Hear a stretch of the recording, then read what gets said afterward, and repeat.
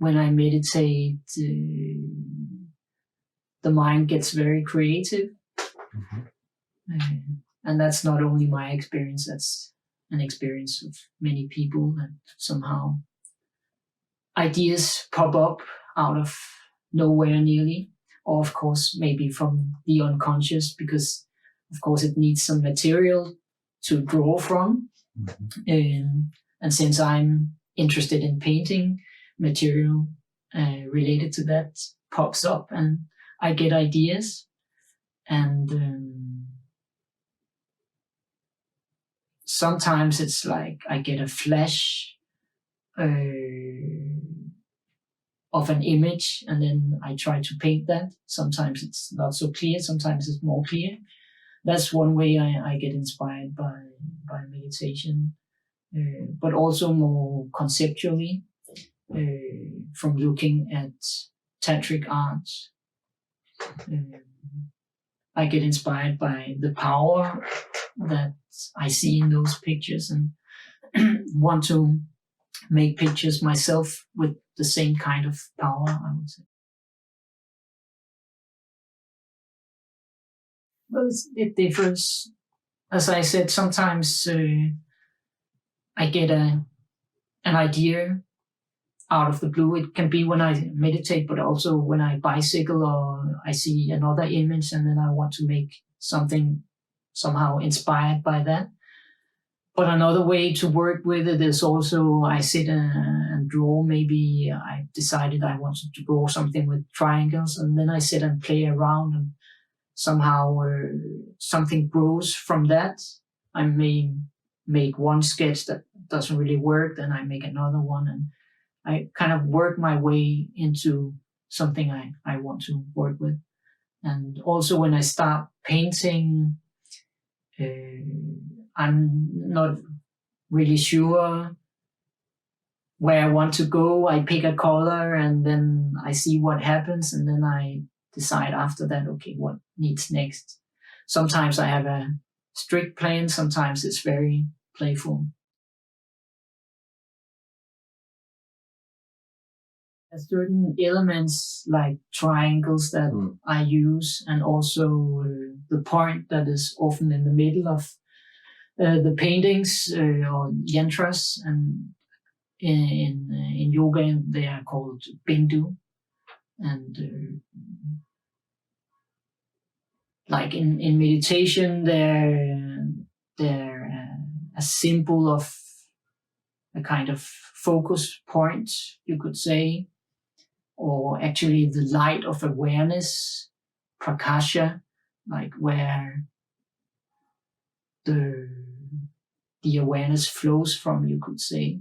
It's not really a point then, but symbolized by the point. But it's also another symbol of what you could say potentiality, like a condensed kind of point with the infinite potentiality, like the what is it called? The singularity in the beginning of the universe, the point of condensed matter that exploded into the whole universe. And also maybe like a seed from a plant that then sprouts and grows into a tree or another plant, or the fertilized egg in a womb that becomes a human. It's like the beginning of something that grows. And I try to paint that also in an abstract way. So from this point, everything flows and grows, blossoms even.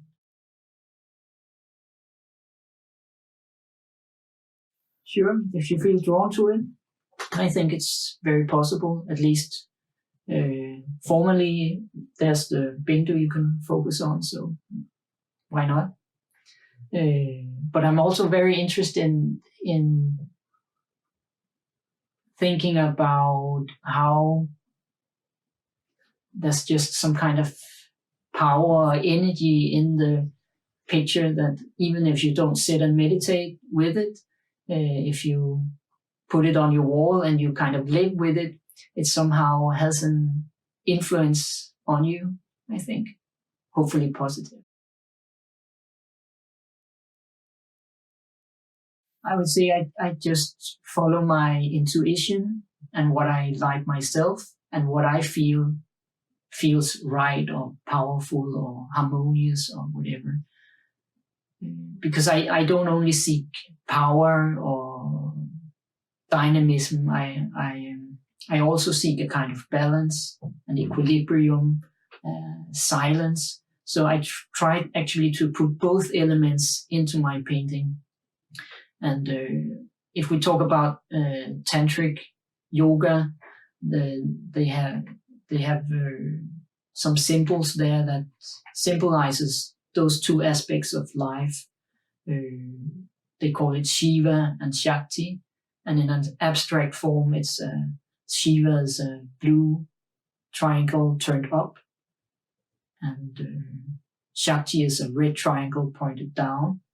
And you could say the red triangle is the energy, everything that is manifested, and it's dynamic. Everything that manifests also, it has a beginning and an end, so in that way it's not stable. And a downward pointed triangle is not stable. That's how we experience it. It's on its point, and then it's not stable. But the other one, Shiva, the blue one, is kind of stable. That's consciousness, or the what you're saying, yeah, our own true nature. So, or stillness, this calm thing. So I try to put both in, both the energy. So often, like, there's a spiral movement to some degree, at least in the paintings, symbolizing this unstable or moving thing. And then there's the bindu that symbolizes the emptiness in the middle, that symbolizes the stillness.